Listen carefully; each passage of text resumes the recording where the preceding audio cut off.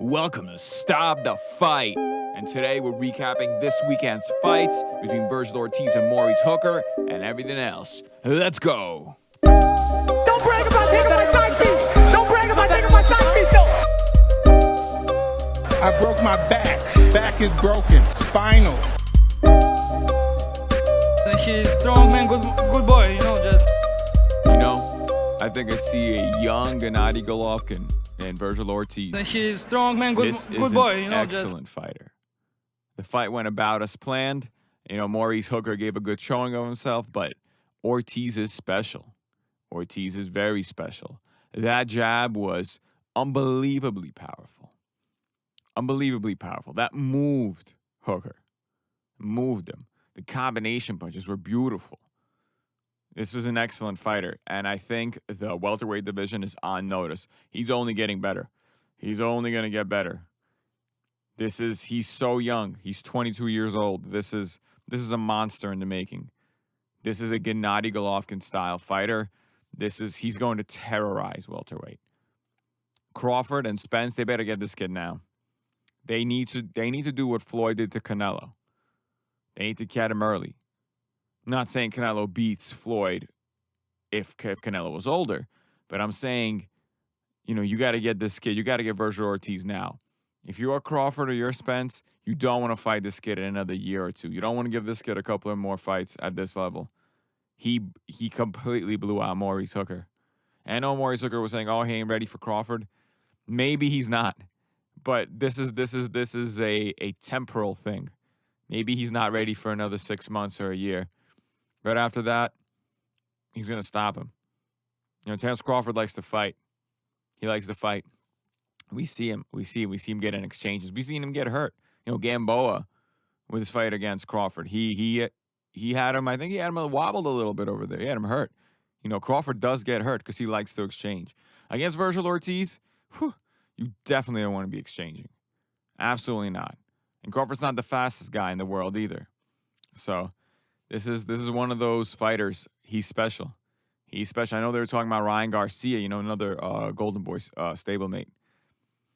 I don't know. I think Vergil Ortiz is the class for Golden Boy. This is no offense to Ryan Garcia. This is just how good Vergil Ortiz is. He's a tank. I was looking at him move, bob and weave little by little, just stalking that powerful jab. That his offense is through the roof. World class. Numerous punches at the world class level. I'm sold. I have nothing. Now let's talk about the actual fight. Ortiz-Hooker wound up getting stopped right under 6.5 rounds. So if you made that bet at -115, you made a little bit of money. I think that was the only play. You either took the under or over 6.5 rounds, and I thought that Ortiz-Hooker couldn't handle Vergil Ortiz for more than 6.5 rounds, and I just happened to be right. Now, Vergil Ortiz came out stalking, throwing that really power. Like you saw that jab's power was apparent in the first 2 rounds right away. The second Ortiz-Hooker felt that jab, he was just, you can tell, he battled for sure. And I think around 3 and 4, I was messaging my friend. I let him know that I was like, wow, Ortiz-Hooker's doing a good job, but it almost seemed inevitable. Like these punches that Vergil Ortiz was throwing and was landing on, you knew it was a matter of time before he would get Hooker out of there. But again, in round 3 and 4, Hooker really did land some leather on Ortiz's face. And if you look at his face post-fight, you see he's a little bit marked up. I mentioned in the pre-fight video, when you're an offensive juggernaut, like Ortiz or like a Golovkin, you're going to take some damage. Like that's your style. This isn't necessarily a giant flaw or anything like that. Yeah, you don't want to get hit, but he's out there to run you over like he did to Hooker. Now, Hooker was throwing good right hands. Hooker is a very good fighter. This is another reason why I'm sold on Ortiz. Hooker is a very good fighter. He had only one previous loss against Jose Ramirez in a fight that he was very, very competitive in. This is a very good fighter. So don't, just because he was able to land on Ortiz and probably win a round or two in the 3rd and 4th does not mean that, this is a negative towards Ortiz. This is a positive towards Hooker. A lot of times when we watch boxing, we call somebody a bum, If this guy doesn't look phenomenal, he's a bum or he's overrated. No. Sometimes you fight a pretty good fighter. And Hooker is a pretty good fighter. I expect him to give anybody, a fair fight at 147. Anybody. He's a good fighter. Now, he had success with his right hand. You know what I mean? Like, especially in the fourth. He lands straight right hands. He's a very accurate puncher. Like I mentioned, he couldn't box. The kid can box. He just couldn't box well enough for long enough in long enough and large enough stretches to keep Ortiz off him. Ortiz was just too good. You know, by the fifth and sixth, you heard those body shots land. Like, you know, on the TV, they sounded like it was pain. And when you get to the end of the sixth, you know, with Ortiz consistently stalking, consistently throwing, he throws a 3-punch combination, ends it with a left hook to the body. That hurts Hooker right away, and he starts going back towards the rope. And this is when Ortiz starts throwing punches at him and lands a beautiful right hand, sends Hooker down right at the end of the sixth. Beautiful shot. Beautiful body shot to set it up, and beautiful right hand to put him down. Of course, Hooker gets up, and he starts exchanging right away. And that goes to show you the fighting spirit in the man. You know, he wants to fight. He's not afraid. He felt the power. Yeah, it hurt. Yeah, he got up and started exchanging. Now, I thought he was going to get knocked out right then and there. He doesn't, but he gets knocked out a minute later when in the first half of the seventh. So, again, Virgil Ortiz is the real deal at 147. Virgil Ortiz is the real deal, and Hooker, you know, he showed up. He fought well. He just can't beat Virgil Ortiz, and that's okay. That's okay. I don't think very many people can beat Virgil Ortiz at 147. And as I said with Crawford and with Spence, like, while they're busy, you know, talking nonsense about not fighting each other, and guys, the world isn't going to pass you by. Well, especially Crawford. You know, Spence has some options, but Crawford's got to do something. I've said it before, and I'll say it again. Crawford is the most talented fighter who's not doing anything right now. You know, we saw Beterbiev this weekend beat a literally who in a no-name fight again. You know, it was he's wasting his talent, but Crawford is doing the same thing, and he's much more talented than Beterbiev.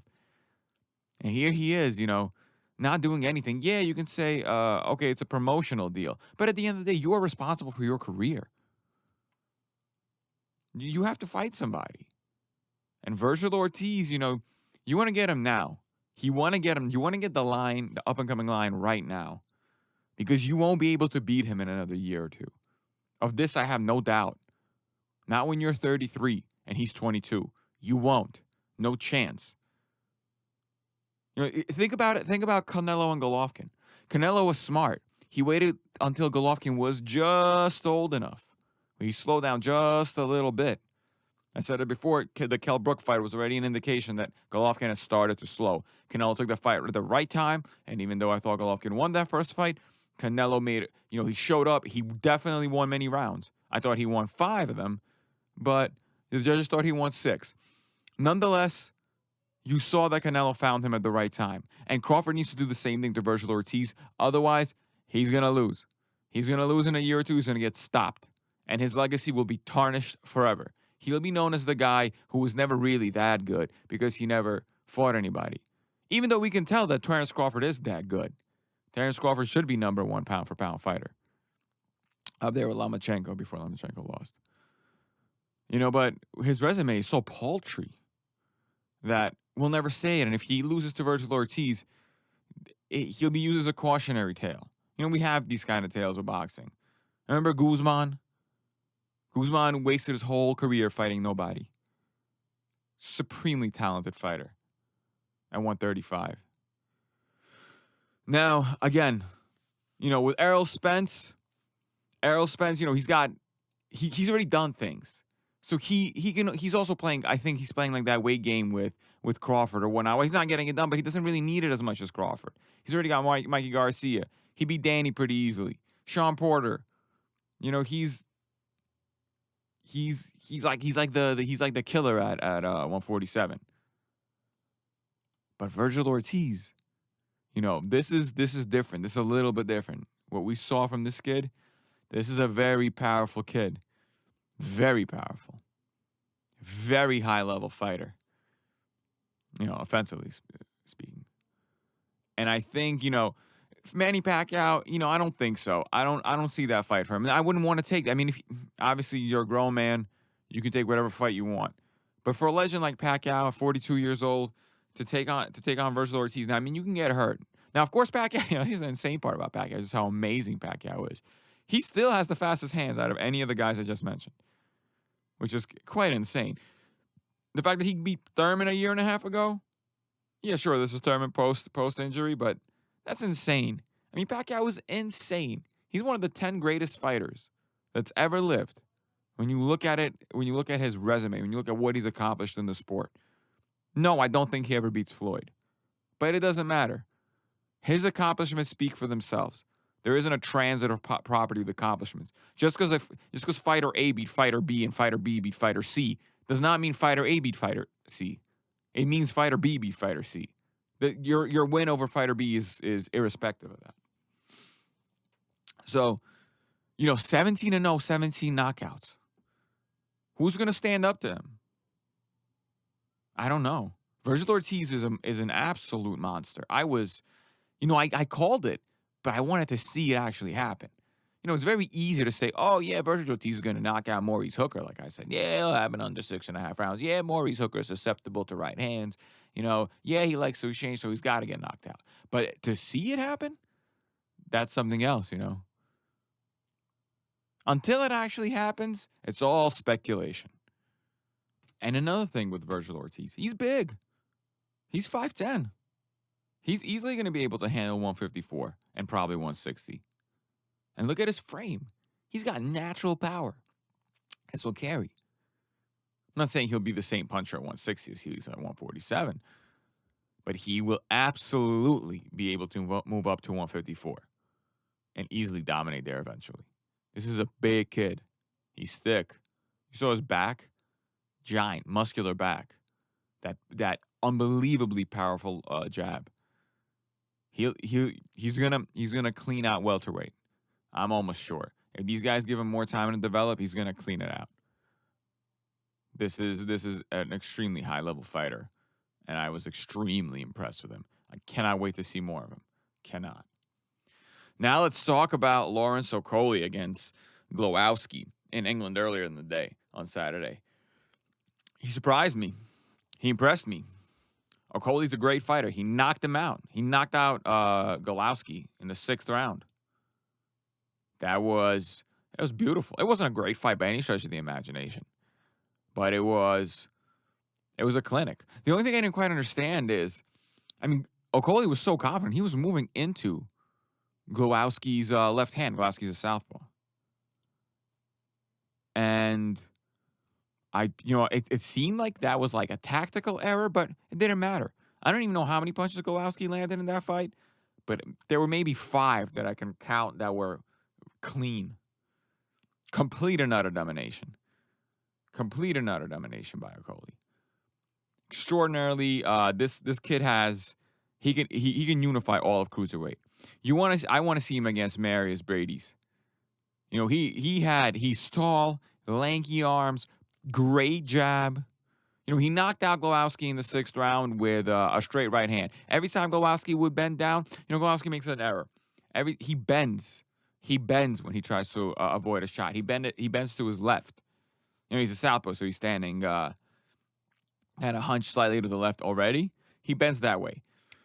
Easy target for Okolie's straight right hand. He landed. I think he landed that shot like 5 or 6 times, and in the 7th he put an exclamation point on it. So like I said, I really want to see him against Brady's. This is definitely the best. I think the best cruiserweight since Usyk. I think he's gonna beat Brady's. He's probably not probably. He will definitely beat Dorticos. His defense is pretty good. He's fleet-footed for a guy who's at cruiser. I remember seeing a little more like a pylon, but not at all. He was able to move. It was actually Glowacki who seemed like a pie. He just couldn't. He just didn't have the speed. I don't know if it's the age, but I think it may be at 34, 35. He's getting up there. Although for cruiserweight, that's not old by any stretch of the imagination. That should be prime. But he's also been in a couple of fights. Glowacki. That's why I valued him so high. That's why I wanted to see this. Why I thought this fight was so good for Okolie. It really lets you know his caliber, his class, his ceiling, and it's pretty high for sure. Like I said, best cruiser since Usyk.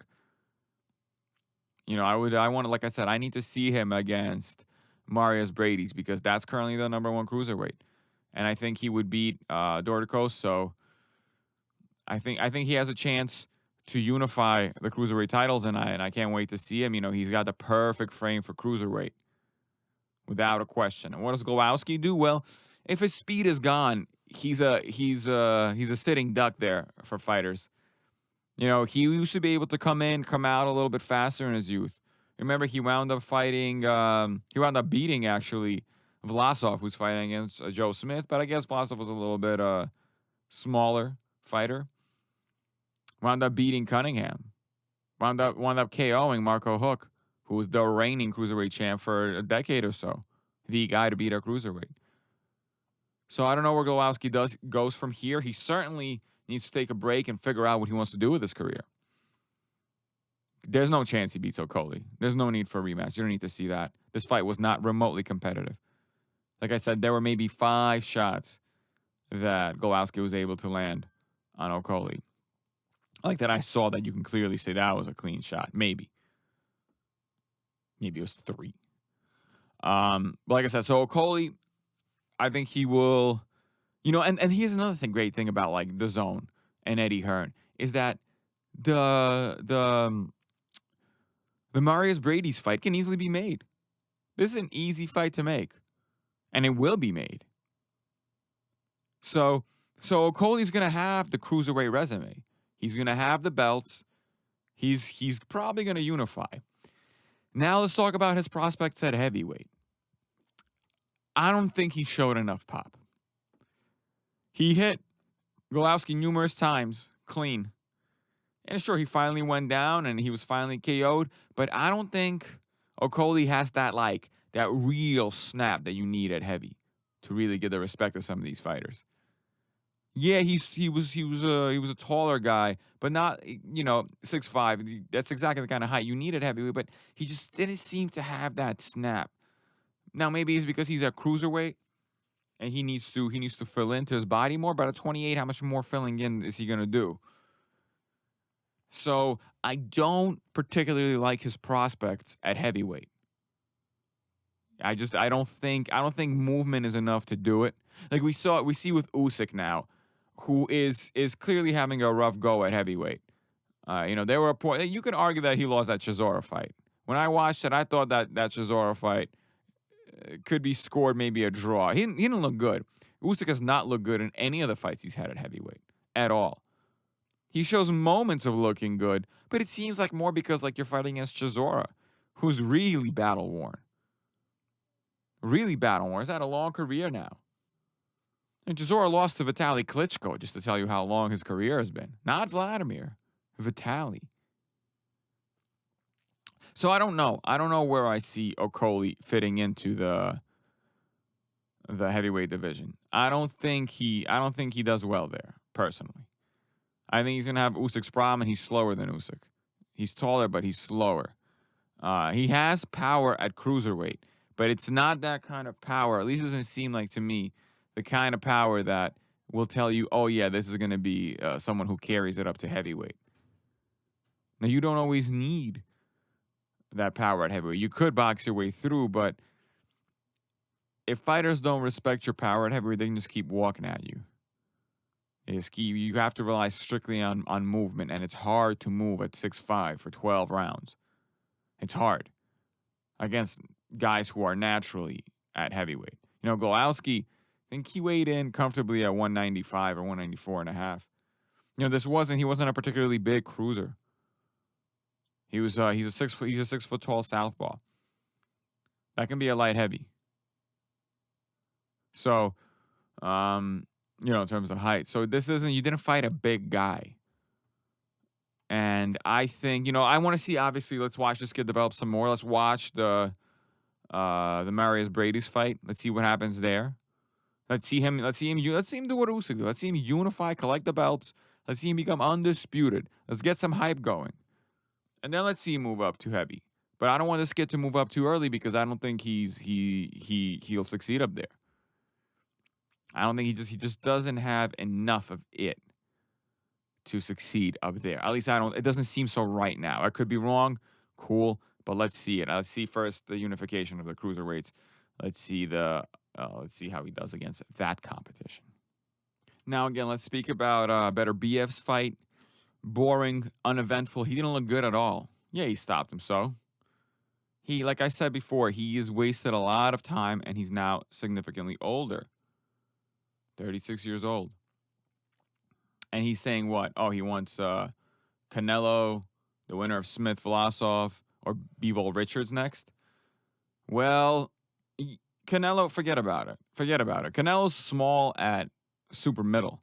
He does not need to go to light heavyweight. Like I said, that Kovalev fight was one and done. Kovalev was ripe for the taking, just coming off a brutal fight with Yard.